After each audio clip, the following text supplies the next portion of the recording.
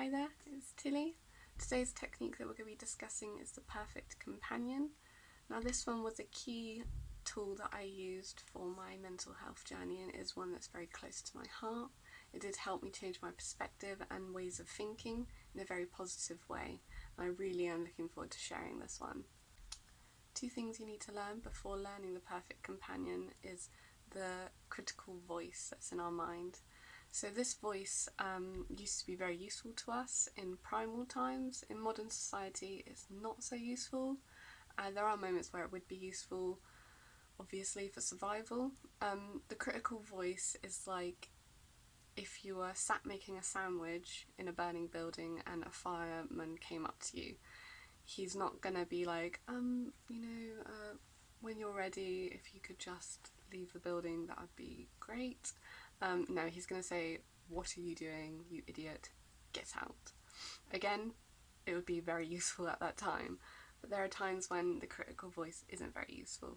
When you're trying to just live your life and this critical voice is constantly drilling you down, making you doubt yourself and saying horrible things in your head whenever you speak out to a room, they're like, why did you say that?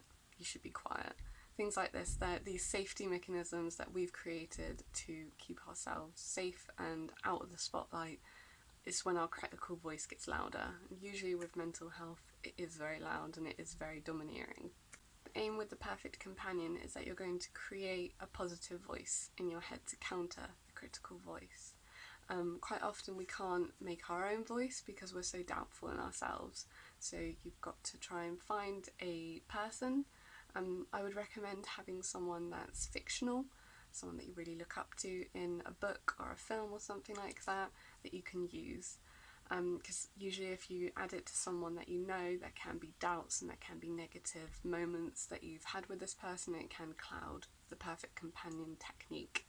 The second thing that you need to know is creating a safe place. I'll do a future video on a safe place.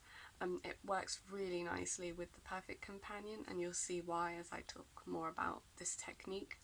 You can do it without it and just do it mentally, but it does complete the environment if you have both techniques working together. But first I'll teach you perfect companion, as such a useful tool to use. My perfect companion is Gandalf, and for future reference, my safe place is a hobbit hole. So when I think of being in a safe place, I think of the hobbit hole, and I'm sat looking out the window, looking at the Shire, and I'm relaxing with a cup of tea. And my perfect companion, as I've said, is Gandalf, and he'll be sat opposite me. And if I'm having a really bad trauma attack or really struggling with my thoughts and my past, I will go to this place and I'll have a discussion in my mind. How the perfect companion would work, for an example, is say you went to the shop and you went to pick up a specific item, but you picked up the wrong item because you'd had a really stressful day at work or at home, or didn't sleep much last night, and as soon as you realise that you've left the shop and you've got this wrong item, your critical voice starts to bring you down and say, of course, you can't do anything right, these horrible things that go into our head when we're being critical on ourselves. And the perfect companion will step in your mind and say, well, actually, you'd had a stressful day, it was very bad at work, or you didn't have much sleep last night, so it's okay that you made this mistake, and you can go and get the item at a later date. It does not matter.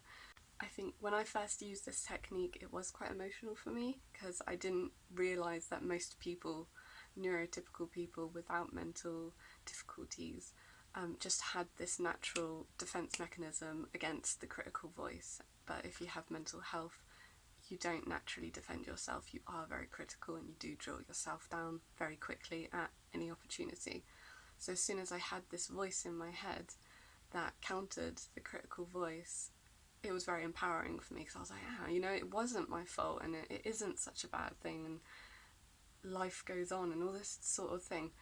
Now obviously I don't have to use it so much as I used the perfect companion technique during difficult times. It is now automated in my mind, and I am a lot more gentle in my head to myself, so in that sense it worked perfectly. It did teach me to be a bit gentler on myself. I would recommend using this technique 100%. It is so useful. Let me know how you got on with this and who your perfect companion is, and I'll read the comments below. Take care of yourselves. I hope you're keeping positive. Bye.